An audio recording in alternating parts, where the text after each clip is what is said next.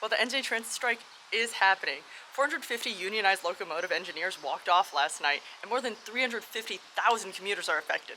And I'm one of them. The last strike was in 1983, and it lasted for 3 weeks. So what happened then, and what's happening now, and how are the Shakira fans going to get to MetLife Stadium? There are some coach buses if you really need to know, but anyway, moving on. So what happened 40 years ago? Let's pop into the archives. The main issue was over split shifts in which conductors and trainmen would have to work during morning and evening rush hours, but have a gap of non-working time in between. Additionally, the agency sought to eliminate wages for idle time. Assistant General Chairman of the union, William J. McAndrew, was quoted, "We couldn't come to terms on wages and hours. We were miles apart." Classic. In the end, and ironically for Shakira, the vote to ratify the new contract took place in the then Giants Stadium, now MetLife Stadium, with a vote of 268 to 158 in April of '83. But even when a deal was reached, a lot of the members of the union weren't too thrilled. Because of the changes in work rules and the basis of pay, the average salary for conductors and trainmen under the new contract will drop by around $5,000 from what these workers earned when the lines were owned by Conrail. Wait, who's Conrail? They were a privately owned company at the time that ran the trains. NJ Transit had taken over that same year, a little bit earlier. Well, you win some, you lose some. Flash forward to 40 years later. Today, the NJ Transit locomotive engineers are now represented by the Brotherhood of Locomotive Engineers and Trainmen, which merged in 2004 to become a division of the International Brotherhood of Teamsters. And they have been negotiating this deal for months, with overwhelming rejections of a deal, a handshake deal come and lost, and tensions growing higher and higher. Ultimately, the deadlock has been over wages.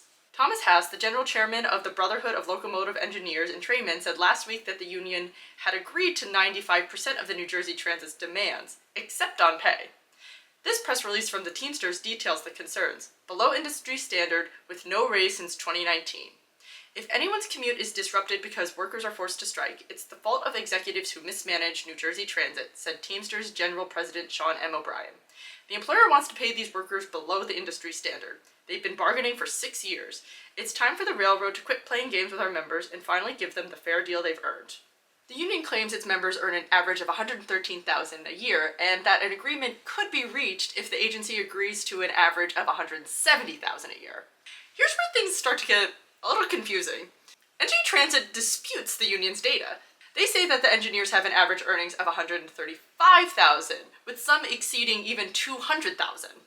They've disputed a lot of the claims, actually. You can read them all on the website. Transit's chief executive, Chris Train Daddy Calori, not his words, say that they can't pay the increases without paying all 14 other unions under the agency, and that they can't afford that. This does come off the heels of NJ Transit's proposed budget of $3.2 billion that also includes 3.2% fare hikes, after they already hiked it 15% in the summer of 2024. Well, at least they'll be able to clear the foggy windows in 3 years instead of 8. Yet Governor Murphy said the agency's offer to the union would have given their members almost exactly what they asked for. Calori said that he would return to the bargaining table at any time. "This is not a lost cause," he said. "This is an eminently achievable deal." Mark Wallace, the union's national president, said, "They have money for penthouse views and pet projects, just not for their frontline workers. Enough is enough. We will stay out until our members receive the fair pay they deserve." So it seems like almost exactly is not quite close enough. Things are tense, and it's not clear when things are going to resolve. Commuters are also finding it difficult to be sympathetic, what with consistent issues with the trains.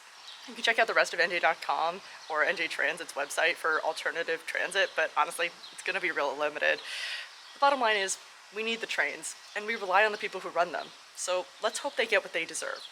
Fairness. Let's hope they get it quickly, without delays. Ideally.